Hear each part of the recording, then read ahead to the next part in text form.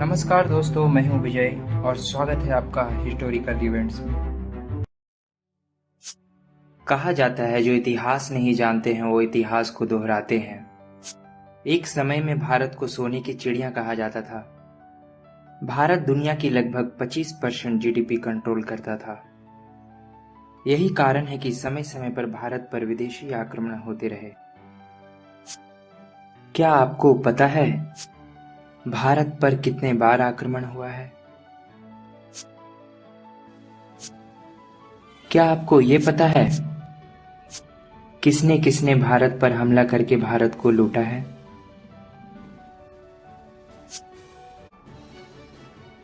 कुछ आक्रमणकारी भारत में रहकर ही भारत में शासन किए, तो वहीं कुछ शासक भारत की संपत्ति लूटकर अपने देश ले गए। अगर इंडिया के इतिहास देखा जाए तो पता चलता है कि भारत पर 200 से भी ज्यादा बार विदेशी हमले हुए हैं। अगर मैं सभी 200 हमले के बारे में बताने जाऊं तो पक्का आप बोर हो जाएंगे। इसलिए सिर्फ जरूरी और बड़े आक्रमण पर ही चर्चा करेंगे, जो हमले इंडिया की दिशा और दशा दोनों बदल कर रख दिया। पहला नाम है डेरियस I। गांधार से निकले अभिलेखों से पता चलता है भारत पर पहला सफल विदेशी आक्रमण ईरान के हखामनी किंगडम के डेरियस I ने 518 BC में किया था।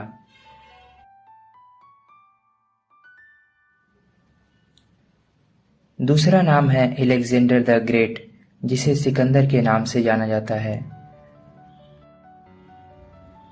सिकंदर ने पूरी दुनिया को जीतने के अपने सपने को पूरा करने के लिए बेहद ही कम उम्र में युद्ध लड़ना शुरू कर दिया था। सिकंदर ने ईरान के हखामनी साम्राज्य का अंत कर दिया और विश्व विजय के लिए निकला। 326 BC में सिकंदर भारत विजय पर निकला, जहां तक्षशिला के राजा आम्भी ने उनका स्वागत किया और मदद करने का आश्वासन दिया। भारत में सिकंदर की सामना पोरस से हुई। पोरस और सिकंदर के युद्ध को लेकर कई सारी कहानियां हैं। जहां ग्रीस के इतिहास में कहा गया है कि सिकंदर की इस युद्ध में जीत हुई थी, वहीं भारत के इतिहासकारों की इससे विपरीत राय है। उनका मानना था कि इस युद्ध में पोरस के सामने सिकंदर ने हार मान ली थी और समझौता कर लिया था। भारत के कई इतिहासकारों का मानना है कि इस युद्ध में पोरस की विजय हुई थी। सिकंदर की सेना इतने सारे युद्ध लड़कर थक चुकी थी। भारत के कई इतिहासकारों के मुताबिक सिकंदर इस युद्ध को अगर जीत चुके थे तो भारत से वापस क्यों लौट गए? हो सकता है कि मगध उस समय बहुत शक्तिशाली था और मगध की बहुत बड़ी सेना थी। ये भी एक कारण माना जाता है। अलेक्जेंडर के ऊपर एक फिल्म बनाई गई थी जो 2004 में रिलीज हुई। उस फिल्म में भी दिखाया गया है कि अलेक्जेंडर पोरस के ऊपर जीत हासिल करते हैं। सच चाहे कुछ भी हो, पर इतना कंफर्म है कि अलेक्जेंडर ने भारत पर आक्रमण किया था।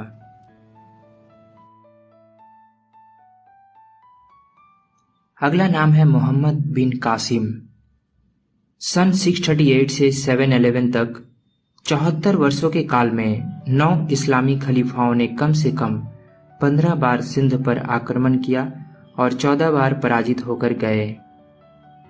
15वें आक्रमण का नेतृत्व कर रहा था मोहम्मद बिन कासिम, जो उस समय केवल 17 साल का था। वह 10,000 घुड़सवारों की सेना के साथ आया था। यह आक्रमण जल और थल दोनों रास्तों से किया गया था। पहले उसने देवाल के बंदरगाह पर कब्जा कर लिया, जो आजकल की कराची के निकट है। उसने तक्षशिला विश्वविद्यालय को पूरी तरह नष्ट कर दिया। अगला नाम है महमूद गजनवी। भारत की धन संपत्ति से आकर्षित होकर गजनवी ने भारत पर कई बार आक्रमण किए। वास्तव में गजनवी ने भारत पर 17 बार आक्रमण किए हैं। उसके आक्रमण का मुख्य मकसद भारत की संपत्ति को लूटना था। महमूद गजनी ने पहली बार 1000 AD में आधुनिक अफगानिस्तान और पाकिस्तान पर हमला किया। इसने हिंदू शासक जयपाल को पराजित किया, जिसने बाद में आत्महत्या कर ली। गजनी ने मुल्तान, भटिंडा, पंजाब के पहाड़ियों में नगरकोट, कश्मीर मथुरा, कनौज, ग्वालियर, सोमनाथ मंदिर पर हमला किया ताकि मंदिर के अंदर की धन संपत्ति को लूट कर एकत्रित कर सके।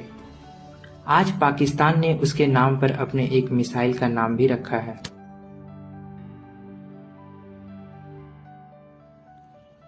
अगला नाम है मोहम्मद गोरी।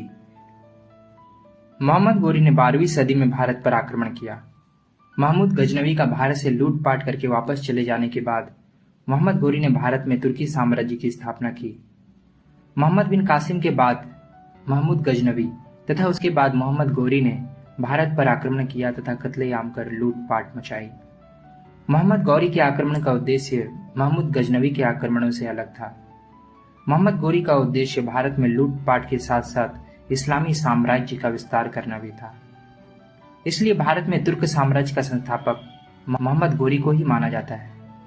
मोहम्मद गोरी ने भारत पर पहला आक्रमण 1175 ईस्वी में मुल्तान पर किया, जिसमें उसे हार झेलना पड़ा। इस युद्ध से सबक लेते हुए गौरी ने पहले संपूर्ण पंजाब पर अपना अधिकार कर फिर पूरे भारत को जीतने की सोची। 1186 ईस्वी तक मोहम्मद गोरी ने पंजाब, लाहौर, सियालकोट तथा भटिंडा को जीत लिया था। तबर हिंद पृथ्वीराज चौहान का सीमावर्ती क्षेत्र था। गौरी ने इस पर अधिकार कर लिया, जिसकी वजह से गौरी और चौहान के बीच में तराइन का प्रथम युद्ध हुआ, जिसमें पृथ्वीराज चौहान ने गौरी को हरा दिया। 1192 ईस्वी में तराइन का दूसरा युद्ध गौरी एवं पृथ्वीराज तृतीय के बीच हुआ, जिसमें गौरी ने पृथ्वीराज तृतीय को हराकर अजमेर तथा दिल्ली तक के क्षेत्रों को जीत लिया और इसी के साथ चौहान साम्राज्य का अंत हुआ। चंदावर का युद्ध 1194 ईस्वी में मोहम्मद गोरी एवं कन्नौज के गढ़वाल वंश के शासक जयचंद के बीच हुआ, जिसमें जयचंद पराजित हो गया। एक बात गौर करने वाली है, जब मोहम्मद गौरी पृथ्वीराज चौहान के साथ युद्ध लड़ रहा था तो जयचंद ने ही मोहम्मद गौरी का साथ दिया। जो भी है, 1192 ईस्वी के बाद गौरी भारत के जीते हुए प्रदेशों पर शासन का भार अपने गुलाम सेनापतियों को सौंपते हुए गजनी लौट गया। गौरी ने अपनी मृत्यु से पूर्व ही अपने दास कुतुबुद्दीन ऐबक को अपना उत्तराधिकारी नियुक्त किया। कुतुबुद्दीन ऐबक ने दिल्ली को इस्लामी साम्राज्य का केंद्र बनाया और इस तरह भारत में मुस्लिम शासन की शुरुआत मोहम्मद गोरी से शुरू होती है।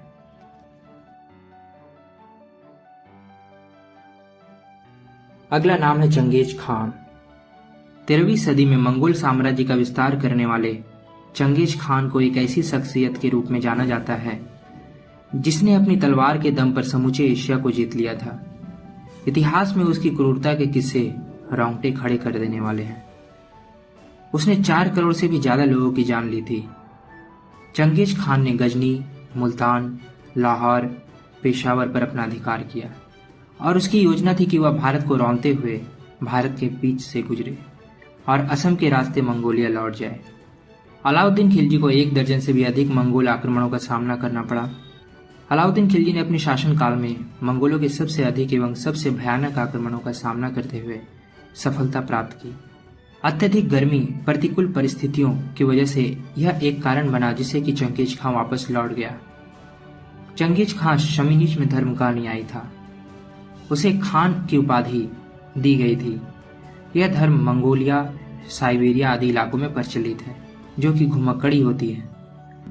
अपने जीवन का अधिकांश भाग युद्ध में व्यतीत करने के बाद 1227 में उसकी मृत्यु हो गई। अगला नाम है तैमूर। तैमूर या टिमरलेन 1398 एडी में भारत पर आक्रमण किया। उसने सिंधु नदी को पार किया और मुल्तान पर कब्जा किया तथा बहुत अधिक प्रतिरोध का सामना न करते हुए दिल्ली तक चला आया। तैमूर लंग का भारत पर आक्रमण करने का उद्देश्य धन प्राप्त करना था। 18 दिसंबर 1398 को तैमूर की सेना व दिल्ली की शाही सेना के मध्य युद्ध हुआ। तैमूर ने दिल्ली में कत्लेआम का आदेश दिया, जो 15 दिन तक चलता रहा। अतुल्य संपत्ति लूटने के बाद वह फिरोजाबाद, मेरठ, हरिद्वार, कांगड़ा और जम्मू होते हुए वापस समरकंद लौट गया। इससे पूर्व किसी भी विजेता ने अपने एक आक्रमण में भारत को इतनी हानि नहीं पहुंचाई थी जितनी कि तैमूर के आक्रमण से हुई।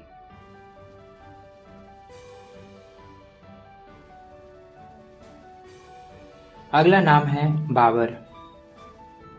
बाबर तैमूर लंग का वंशज था। इस लिहाज से उसके लिए हिंदुस्तान कोई नई जगह नहीं थी।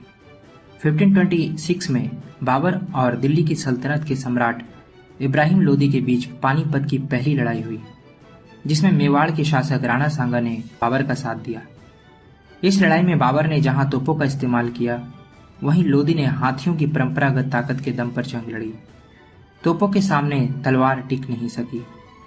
बाबर की सेना संख्या में कम होने के बावजूद लोदी की सेना पर भारी पड़ी। इस लड़ाई में लोदी मारा गया और भारत में मुगल साम्राज्य की नींव पड़ी। मेवाड़ के शासक राणा सांगा की मंशा भी कुछ इसी तरह की थी। इधर ये लोग बाबर का इस्तेमाल कर दिल्ली कब्जाना चाहते थे, तो बाबर की नजर भी दिल्ली पर ही थी।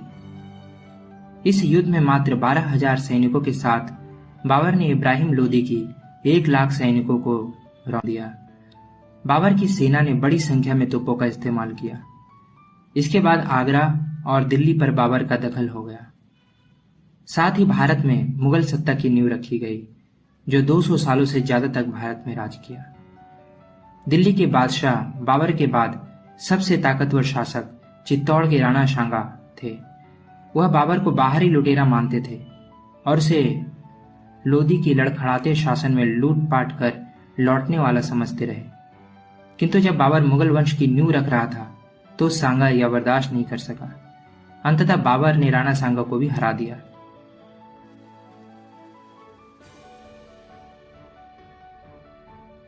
अगला नाम है नादिर शाह। दिल्ली की सत्ता पर आसीन मुगल बादशाह मोहम्मद शाह आलम को हराने के बाद उसने वहां से अपार संपत्ति हासिल की, जिसमें कोहिनूर हीरा भी शामिल था। बाद में यह कोहिनूर हीरा ब्रिटिश के हाथ लगा और फिर यह इंग्लैंड गया। आज भी ये इंग्लैंड की महारानी अपने मुकुट के रूप में पहनती है। नादिर शाह की सेना पर दिल्ली के नागरिकों ने पत्थर बरसाने शुरू किए। तब उसने क्रोधित होकर अपने सैनिकों को कत्ले आम और खुली लूटमार की आज्ञा दे दी। नादिर शाह ने 30 करोड़ की नकदी तथा सोना चांदी, 25 करोड़ के जवाहरात, 9 करोड़ के शाहजहां तथा रत्न जड़ित सिंहासन तख्ते ताउस जो कि मुगल साम्राज्य की शान थी। कहा जाता है कि दिल्ली से लौटने के बाद नादिर शाह के पास इतना धन हो गया था कि अगले 3 वर्षों तक उसने जनता से कोई कर नहीं लिया।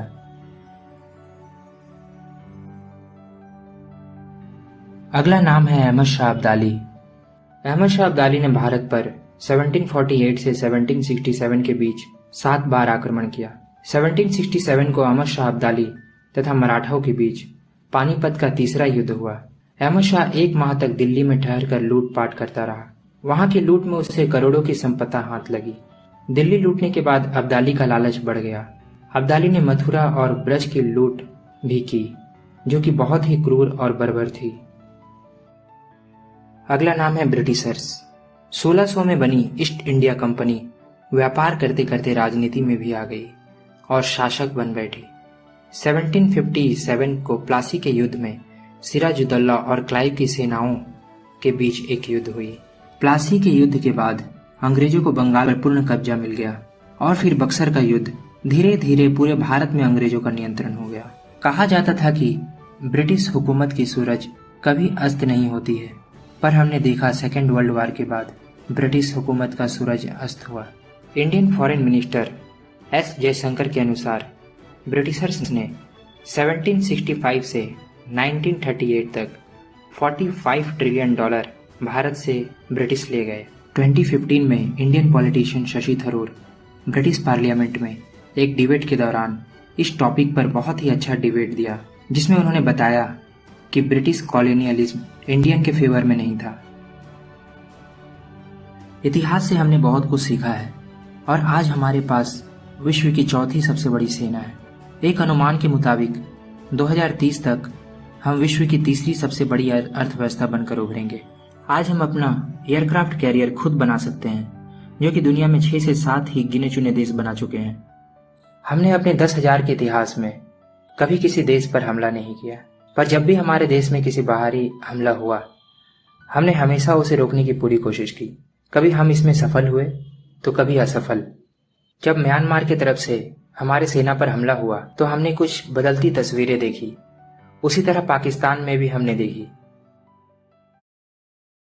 ऐसे ही अनसुनी जानकारियाँ पाने के लिए सब्सक्राइब करें हिस्टोरिकल इवेंट्स को।